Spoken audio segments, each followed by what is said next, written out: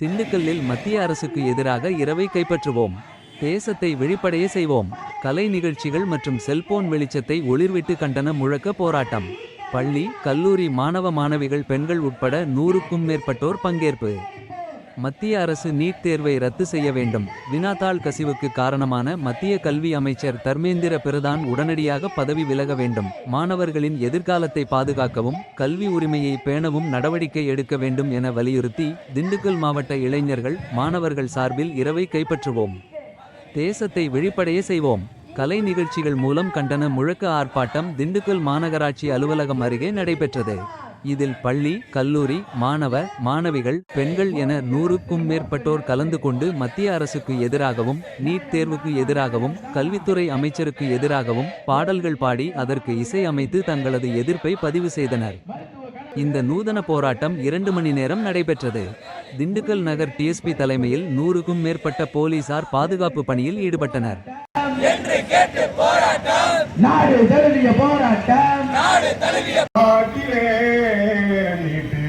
முறைகேட்டை கண்டிக்கும் போராட்டம் ரோட்டிலே போராட்டம் நாட்டிலே நீட்டு முறைகேட்டை கண்டிக்கும் போராட்டம் ரோட்டிலே.